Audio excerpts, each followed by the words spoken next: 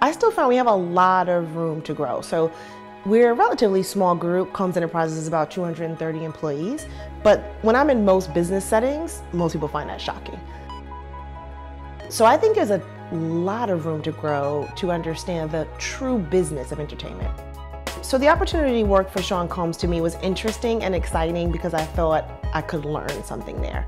And what was initially interesting and intriguing to me about the position was like, you know, this is a guy who I can really, truly learn from. Before I came here, I worked in everything from infectious disease to trainer jets. But here, being able to understand deeply what it takes to develop a fragrance, sitting in innovation sessions as we come up with the latest flavor for Ciroc vodka, those opportunities allowed me to grow my knowledge base deeply, which is beneficial to me. It helps me be the best possible professional that I can be. Now, having worked for Combs Enterprises for 12 years, I never had to go anywhere else because every single day is a new adventure. It's exciting, and as I mentioned earlier, like I actually love the challenge of being in different businesses. But the reality is there's a very common, clear chord which allows it to thrive, and then it allows interconnectivity for each brand to let the other flourish.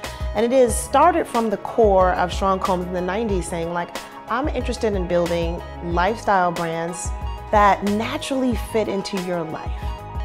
The biggest thing that I've learned from Sean Combs, or is the most inspiring, is he is phenomenal about getting the very best out of people who work around him.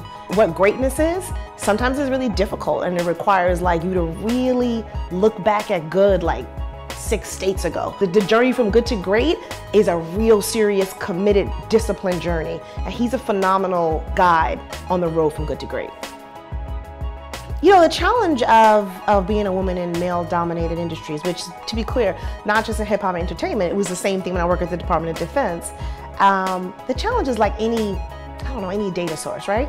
You're representing a very small sample. So you know that your behavior, and it shouldn't be this way, but it's gonna represent the opinions of tens of thousands of women. So every boardroom that I'm in, and I'm the only woman, I'm typically the only woman, the youngest woman at 42, not that young, right? The only minority, I'm very clear that it is incumbent upon me that my interactions, though they shouldn't, represent an entire nation of women, right? For all of us. So I don't take that lightly. So for me, it comes down to the level of excellence that I'm committed to provide, not for me, but for my 4-year-old daughter. So that when she goes into a boardroom, I hope it's flooded with women.